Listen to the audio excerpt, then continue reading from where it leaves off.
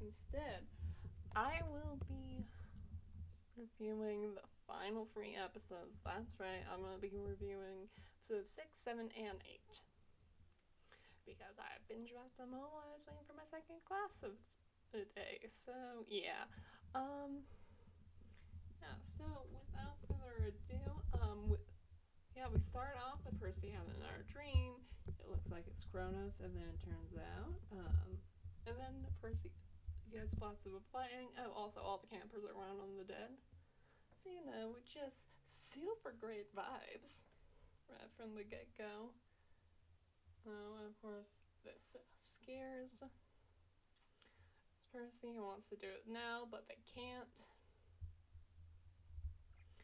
Sort of thing. So, they just gotta wait until daybreak for Polyphemus. Oh, yes, also, we find out that Tyson is alive, too, which, I already knew that was gonna be the case, but yay, more Tyson!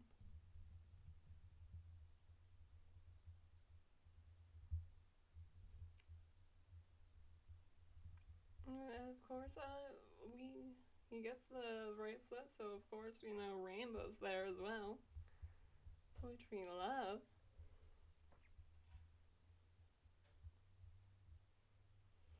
And then, Polyphemus is basically, it gives like this monologue about him being alone, blah blah blah. And now his island is great, things of that nature. And basically, this is just a setup. Oh, yeah, he knows that Percy and Annabeth are coming, so be prepared. And things of that nature. But yes, Percy and Annabeth, their plan is let's put sheep's wool over us and pretend to be sheep, which I gotta say, like, seriously, that's your plan?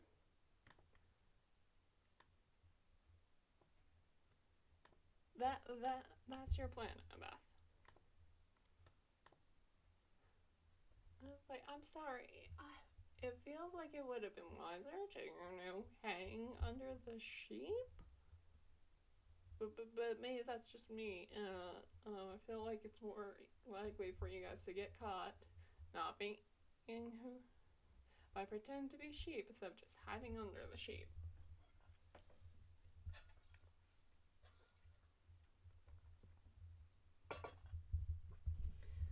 Yes. So yeah, they follow him. Annabeth.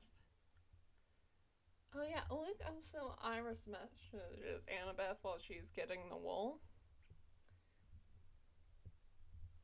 And like, turns out that was just a way for Luke to figure out where they were, so he could teleport here. Here, Allison still thinks, oh, Annabeth is a blind spot for Luke, which, I mean, it is true, I'm not gonna lie, it very much is a problem.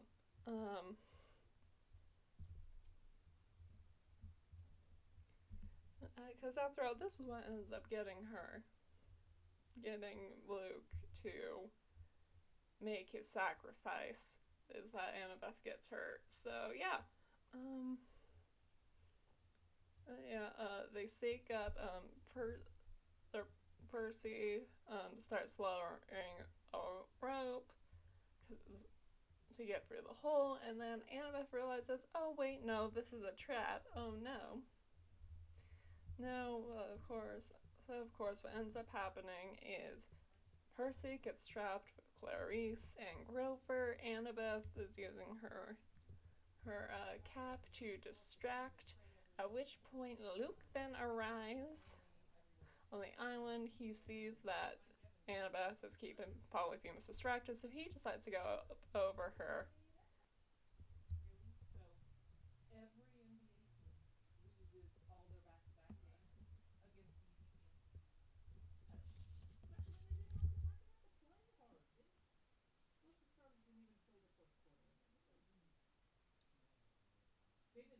But yeah, Luke, of course, also realizes that the fleece is fake as well.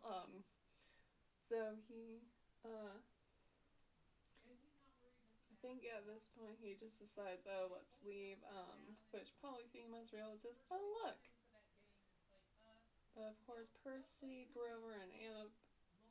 Sorry, Percy, Grover, and Clarice realize, oh hey, the real fleece must be somewhere in this cave, so they start searching. Grover is able to find it. They try to get free, and I mean, they do a remarkably well job. They manage to get a crack open. And before, Polyphemus shows up, is like, no, I'm gonna kill you guys. You guys are stuck here forever. At which point, Annabeth stabs him. He backhands her, and now she's bleeding out. At which point,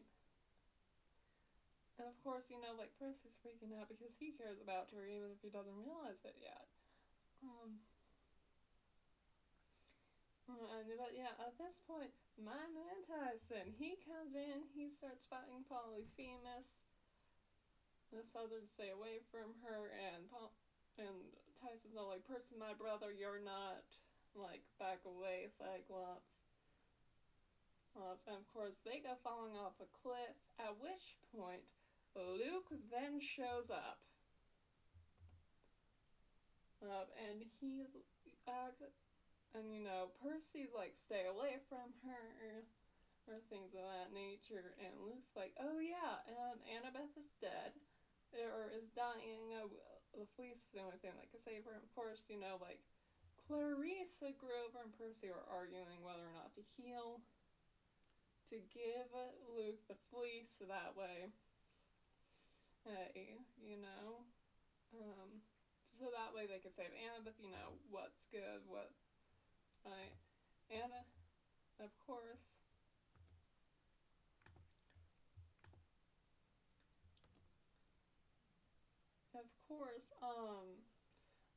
like, Anna, Clarissa's against this, she knows it's a trap. They even consider, yes, like, Percy's like, hey, look, why don't you teleport us out of here?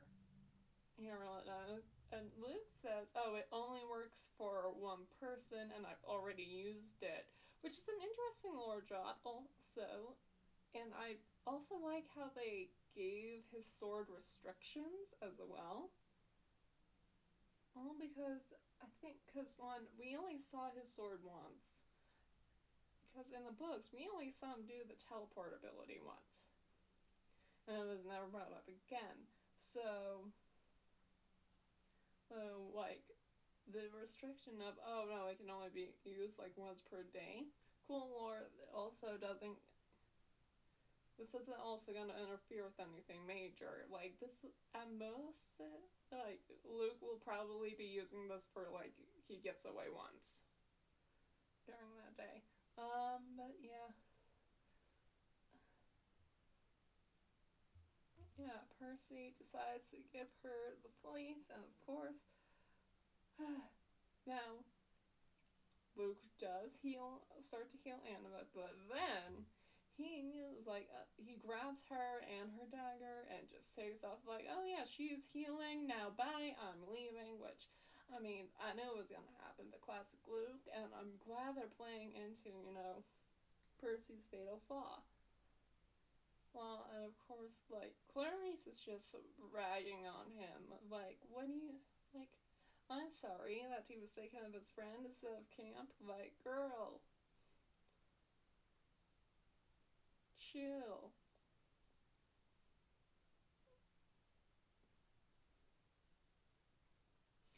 But, I'm going with. Tyson does come back, and he is able to break them out of the cave. And he's like, yeah, he's like, oh yeah, I'm your brother. I came back for you, and it basically explains where, Clarice is going. Also, I love what's going. And he's like, yeah, no, I'm gonna do this. And then, of course, they get the hippocampi, which is so cool. Yeah, which this also answers my question of, okay, what are they gonna do with the next two, episodes? Well, it's it became exceptionally clear that, episode 7 is basically gonna be a rescue mission. Alright. But yeah, I really, like, it was so cool seeing Tyson fight, him coming into his own, discovering powers, like, and just, like, we can really see, like, it's just so great to see, like, all the bonds between the characters and how they play out, and, like, they do such a good job. They did such a good job making Luke, like, here's, like, I knew, this thing, I knew I've read the story. I've read the books multiple times. I know that Luke is evil. He's not saying evil to book five, but still, this show managed to make me go, Luke, are you gonna choose a good like this? Like there were times where I was like, okay, is Luke just gonna abandon in Annabeth? Like, is he gonna just leave her to die, sort of thing? Like, he doesn't, but still, like, I fully expected him to do that, and they managed to subvert the expectations, which is really cool. Then, episode 7, like I said, this is when we save the fleet, save, Annabeth sort of thing, and of course, we meet Adrian, and who is an Aphrodite kid, and he has the gift of charm to speak as well, apparently, so that's cool. Um, yeah, so yeah, oh, oh yeah, Annabeth has a dream while being healed that basically, it is a flashback, is, um, everyone going, okay, here's what, like, Father Sacrifice, blah, blah, blah, but this makes Annabeth realize, oh, the fleas will be able to heal Thalia. This is really cool, but yeah, Percy and Clarice are arguing about what to do, and it's like, I get that Clarice needs to grow, this is part of her arc, but like, Clarice is like, no, and doesn't even think that there could be two different missions going on. Like, she doesn't think, oh, I can go grab the fleece, he can go save Annabeth, sort of thing. Like, she's so focused on the fleece just because Percy gave it up. Like, girl, you can do both. Both things can be done. You guys can split up. Like, it's not just you. You don't need to prioritize one thing over the other now. But but yeah, Grover and Tyson are on grab a vehicle or grab transportation duty, which I feel like, which I get this is probably they just want the demigods to shine, but like I feel you only need one of them to get Clarice to like get some form of public transportation, but whatever. I guess it is what it is. But yeah, of course, the fleas starts healing us magic on Kronos. So now, of course, we got a countdown, or a time limit. Our heroes need to get there quick and fast. Also, when Percy's sneaking on board, he gets the free blackjack. It's really cool. I do wish, I wish we could hear blackjack blackjack talking. Maybe I get that they probably just didn't want to do the voice, but I think hearing the voices, animal voices, would have been cool. Well, I also didn't watch with subtitles, so like maybe with subtitles you get to read what they're understanding. If not, that's fine. Yeah, he frees Blackjack, which the girl that he traps before he flees Blackjack is like, hey, let me out. This isn't funny. Like, she acts like it's a prank or something. Like, girl, I'm sorry. Girl, how thick are you? There is no way this is a prank. Like, someone snuck aboard the ship. And also, apparently the Adrian kid also plays Mythomagic, because there's once again that. I like how we're slowly teasing up Nico getting really into it, so that's cool. But yeah, so yeah, of course, Percy manages to get to Annabeth first, because Clarice is kind of trapped, waiting for all the other rogue demigods to just leave, um, while they play the game of Mythomagic.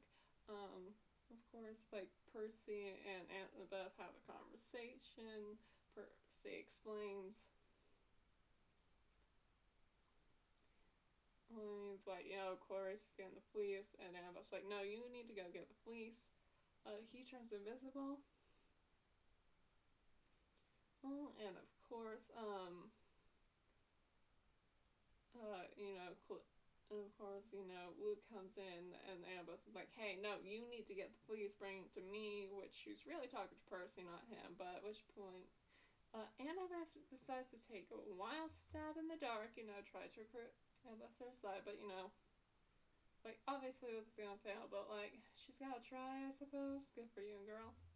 But yeah, she's basically like, hey, look, we can save Thalia, we can do this, like, and Drow touch him like, hey, we can do this. Just ask Kronos if you can heal our tree, blah blah blah, things like that. Which I do find it interesting that, and I don't hate this take either, but they're going with it like, oh, Kronos knew, but he didn't tell Luke. Luke just assumed, oh, Thalia's gone, and that's why he poisoned the tree.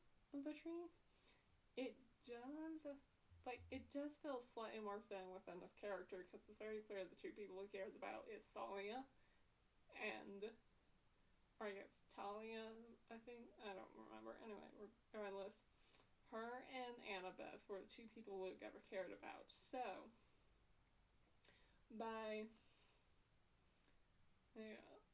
him going, so by him poisoning the tree, like, felt it felt weird that he was doing that. Like, you're just gonna go poison your friend whose spirit is there. But no, if he didn't, especially if you knew she would eventually come back, like, that felt weird. But if you didn't know that was gonna happen, that feels a lot more in character that you would be willing to stab Thalia's tree. So, of course, yeah, and while all of this is happening, we get to see Sally, which I just love the brochure's face. So she's like, oh yeah, I have raised a demigod, I've raised a cyclops. So she's like, okay, you pray me later, like, yeah, whatever. But yeah, it's just, I was not expecting to see Sally again until, like, the final episode. So seeing her in episode, like, 7, and was, like, great. But yeah, so yeah, she's the person they get to ride because neither Grover Tyson can drive. And of course, Percy's not driving because of what happened in season 1 with the taxi, which I do enjoy the callback. I'm not gonna lie. But yeah, but yeah, at this point, Allison, she gets told, hey, go kill Annabeth. So she gets people, well, to go with her to kill Annabeth. However, at this point, Grover and, well, at this point, Annabeth is still with, with Luke. So, but Clarice overhears this and she decides to go after those guys. Percy Newell gets to where, Cronus is, and Cronus starts speaking to him and, making promises, blah, blah, blah. It's like, and he does start to tell some of the great prophecy. Percy doesn't hear it, but he hears some of it, which is a really interesting take because he hears part of it. He doesn't know all of it. Also, I do love how Percy, I made up my mind, it grabs the fleece. Which, at this point is when Luke comes into the room because Corona summoned him. Which is also why Annabeth is now vulnerable to attack. So, basically at this point, we got 2 fights going on, which, with, Clarice and Annabeth fighting Allison's group, and Percy and Luke fighting each other. And the whole time, Luke and Percy are fighting. I'm just like, Percy, use your water powers. Percy, jump out through a window and get into water. And he does none of that. Like, my dude, you are the son of Poseidon. You are on a boat. Why are you not using your powers better? I'm sorry. Right, but like, you should be doing this. But yeah, Annabeth and Clarice have this nice, sweet moment of like, oh yeah, we're doing that. Oh, also, and of course, the alarms go off because Percy manages to get away with the police. However, just before he closes the door, they have Percy stab him. Sorry, they have Luke stab him through the elevator just before it closed.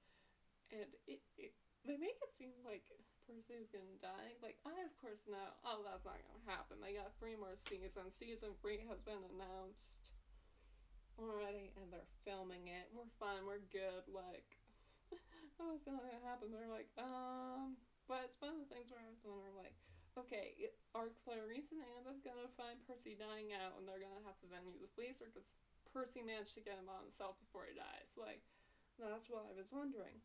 Of course, Percy manages to get it to himself in that time. And I love how Annabeth is so worried about whose blood it is. It's like, yeah, no, the police magic works good. Anyway, let's go. Yeah, they get to the top of the boat. Blackjack comes in to save the day. At which point, Percy says, hey, take Blackjack, go. He does make an apology, which I do love that he apologizes that, hey, I used your prophecy against you to get what I want. I'm sorry. Sorry, go. You need to fly alone. You need to get there quickly. We'll hold them off. Things of that nature, which is really nice and touching. And of course, they get off the boat. Oh, and Percy goes and sees sees them in a car. They're telling him to get in, and that person sees his mom and is like, Mom, what are you doing here? She's like, get in, I'll explain, let's go. And yeah, they start driving away, and that is the end of episode 7. And yeah, but yeah, Luke, asking Kronos, start with Luke asking Kronos, hey, why didn't you tell me this tree, or tell me about Kieran Folio at the police, like, and basically Kronos is like, hey, look, obey me, things of that nature, blah, blah, blah. We got to do,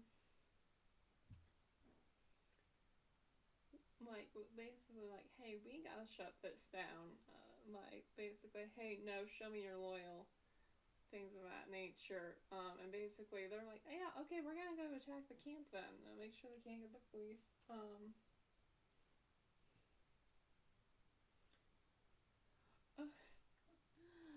And all the meanwhile, all the while, like, and then of course, Sally's mom's getting caught up, and all the while, Percy's just out of focus. He can't, like, he's dwelling on the thing of, oh, Folly can come back. He's not really a huge fan of that idea, sort of thing. And of course, Sally notices this, and she's like, hey, what's wrong? And he's like, oh, nothing.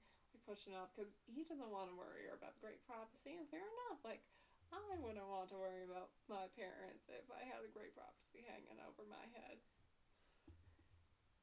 I'm like, no. No, but yeah, of course, Blackjack shows up in the middle of the road, and he's basically like, hey, yeah, Clarice can't get to camp, things of that nature. And of course, I love how Tyson accidentally slips a great prophecy. Grover's like, isn't there always a prophecy? Like, it's a very funny line. Mine also just because, like, his tone just is not convincing. Like, Grover, you gotta be better than that, man.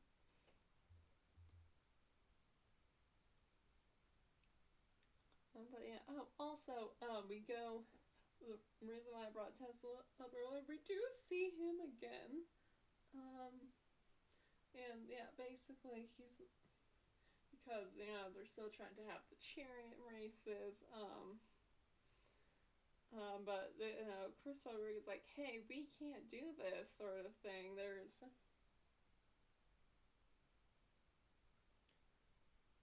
We got to stop that. Like, we can't do this. We can't do this. And Angelos, when he finally grabs food, he gets hit with a fireball instead, which I love way so much more than Chiron just going, yeah, you're dismissed now that I figured out what's really happened. Like, that's just such a more deserving fate. But yeah, so of course, basically, yeah, so of course our party, Tyson, Grover, Annabeth, and Percy, when they're like, okay, we gotta go to camp, one of the really touching things is that Percy says, like, I can't lose you. I lost a Minotaur here after camp. Please don't come. Sally just willingly agrees, and I'm happy about that. Yeah, they get to camp, and then of course they see that Luke is coming with an army, and he has plans. So that's not great. They also end up because Tyson, Annabeth, and Percy left camp. They are then brought to Dionysus because Tantalus got hit with a fireball. But yeah, Percy then gives this really nice rousing speech after Dionysus is like, is there a Titan involved? Then no, I can't help you. Cause, which, I mean, that is keeping up with, like how the story goes, even if it bugs me. Maybe because there is the world like, oh, gods can't meddle. Oh, or help in demigod affairs unless, like, for a reason. So, like, he of course can't. So, he can't do much if there's no Titan. But yeah, it's a rousing speech, and they get ready to fight. Then it's Grover and Annabeth get to the fleece. Tice and Percy basically lead a charge against Luke. Clarice, surprisingly enough, runs into Chris Rodriguez's group and says, hey, get me to the tree, we gotta heal, and surprise, Chris ends up betraying her. And, a bunch of other demigods, I think, get killed in the process, but yeah. And he's like, oh yeah, no, you have no friends, and he's like, oh yeah, and Luke's always treated me well, I'm the spy, so, yeah, I'm glad they make it I'm glad they did the reveal made the reveal Chris was always evil, which then it's one of the things like, oh, what if Chris had Chris Rodriguez? Would he just have betrayed her then and there? It's a good thing she didn't, sort of thing. So it's one of those things like, it's where it adds that nice extra layer there, which is really cool. Yeah, and then of course, but luckily, Beth Grover managed to save Clarice, get the fleece, and they end up starting running. Meanwhile, Percy and Tyson are fighting for their life, and of course, once again, Percy and Percy and Luke end up fighting each other, and Percy, it doesn't go great for Percy. Also, I gotta say, I absolutely love the line, no fleece to save you now. Like, that's just a really cool line.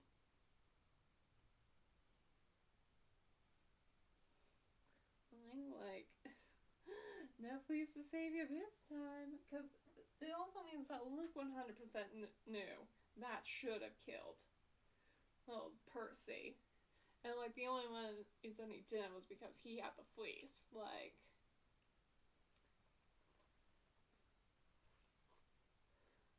which is good. Also, and then, of course, so Luke manages this, and Luke just is, like, beating Percy out. Like, he really hates him. I'm like, dude. And, like, of course, at this point, Percy hasn't figured out how to use water powers outside of being in water. So, yeah, Percy's struggling here. He's completely out of his element. But Tyson, he manages to come and save the day, which is so cool. Also, I love how I find it interesting that they decide to give Tyson a trident. And I know it's probably too. I know why they did that. It's like the trident is Poseidon's signature weapon, but in the books, like, Tyson primarily uses a club, so I'm wondering if in this series it's going to be he primarily uses that trident. Which, honestly, if he does, I think it's very cool. That's a weapon, like, we never see anybody use. So it'll be, like, very interesting.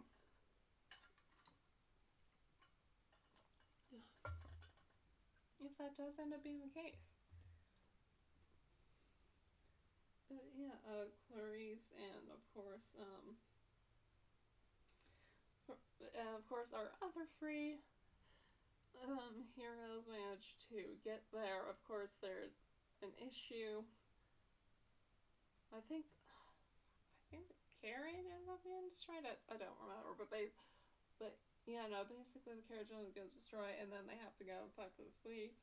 At the same time, Allison is like, okay, let's destroy the tree. Which, no, we don't want, because they need reinforcements. And Percy, interestingly enough, he stabs the fleece, which I originally thought he was going to go, oh no, I'm not going to let anyone get the fleece. Let's not bring Thalia back. Let's not allow them to use it for Cronus.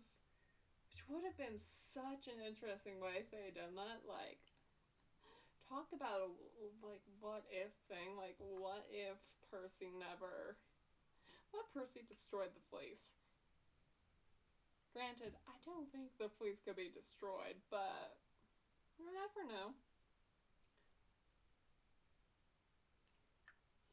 Oh, and then, of course, he gives it to Clarice, finishes the mission, and just at the perfect time, Clarice manages to, the tree works its magic. Thalia, or however you pronounce it, seriously can, I'm so used to saying it one way, I can't remember which way the show uses. Anyway, she emerges and she says never. And of course, there's an electric storm that happens, and Percy collapses to the ground because he gets hit with the lightning. Which this allows him to have a dream with his father, where he also asks Tyson, hey, let me come to my realm, which Tyson just agrees. And then, of course, here's the set. And then, of course, Tyson does the whole, oh, I asked for a friend, I was given a brother sort of thing, which is just, it hit in the books and it hits in this. They did such a great job with it. Like, yeah, okay, just hit me in the feels. Then, of course, like, Percy, and then, of course, Poseidon's like, hey, look, I was gonna tell you about the prophecy when you requested 16, but there's, like, no good time to do that, which, yeah, I'm glad that, which is nice. He's like, hey, I can't have you do it, and he's like, yeah. Basically, this sounds like, hey, here's why I didn't tell you, hey, we're going, basically, and hey, like, I need you on my side when you will be, and Percy agrees. And, of course, we also get the Percy like, hey, Thalia said this, well, should I be concerned? And the sign just says, brace yourself, which, oh yeah, no, that's super helpful. Thanks, Dad. Super helpful. I mean, he's like that in the book too, so I guess I can't be too surprised, but still. Of course, they just. Percy wakes up, they explain, hey, you've been out for 3 days. And then, of course, both Grover, they do mention Nectar and finally mention Nectar. Nectar hasn't been touched at all this series. But they do mention it. So they brought it up now, which I'm hoping. So maybe they'll bring it into future seasons? At least that's the hope, at least. But yeah, also, the laugh they share when both Grover and Annabeth tell him, hey, you drool in your sleep, is just great. And it's not that awkward laughing here, like they did it with in the Labyrinth. Of course, Talia, Thalia, whatever her name is, still unconscious, and Chiron's back, so Chiron's like, hey, I have something to tell you, something about what really happened in the night Thalia, supposedly died. Which, of course, we get a flashback, which I don't know if it's just like my screen or like my laptop or something else, but it was really dark. There are some scenes where it was really dark and hard to see what was going on in these last 3 clips, in like the last 3 episodes, and the flashback scenes were one of them. Like it was super hard to see, where I was kind of like, or I kept hitting the brightness button on my laptop just because I wanted to see, like, if I could get this any brighter. Like, I think like some of the like later Harry Potter movies, like Deathly Hallows or Half-Blood, like people rag on them for being like super super dark or something. Like, it felt like that. Like, it felt that dark sometimes. Like, it wasn't the entire movie, but just a couple of moments where I was like, this is super dark, I can barely see, please turn up the brightness just like a little bit. But yeah, they do a surprise reveal where Thalia is revealed to get the prophecy by the Furies, is told that the Furies are then struck by lightning. Zeus shows up and basically he tries to get her to join his side. Thalia says no, and Thalia is then turned into a tree. What I was not expecting. I mean, her having nothing to do with her father. It's in character. Because after all, in The Lost Hero, Jason is like, oh yeah, Folly just couldn't seem to get away, that's why she joined the Hunters. But her hating against the prophecy is really interesting. And then going with, oh, this was a punishment for Zeus, even added even more layers, which I think is gonna it's gonna further into her complicated character relationship with her father. Which, yeah, that's gonna be super interesting in seeing, like season 3 how that goes. And of course, Thalia wakes up and she's like, Annabeth, you've grown. Wow. Where's Luke? And then, yeah, no one is really able to answer that, which, I don't blame them. Like, what exactly do you, that's not something you can easily just say in one word. That's like, okay, sit down, we gotta have a conversation. Like, that's how deep it is. But yeah, and then of course we end with the dialogue. Yeah, you have dreams, minds are weird, I get nightmares sort of thing. I think basically, narration Percy going, oh yeah, things are about to get much worse. Or else things are only going to be a lot more complicated. I do. Oh, okay. Yeah. They do give us the teaser for the dance, which is really super cute. I had already seen that, but yeah, it's super cute just to see that. And then, here was the thing I was surprised about. They cut back to Cersei's island, and she has statues of Annabeth and Percy in there now. So yeah, and she does mention, oh yeah, I can of like reverse course. So I am curious if yeah, it's gonna be interesting seeing if we ever do get a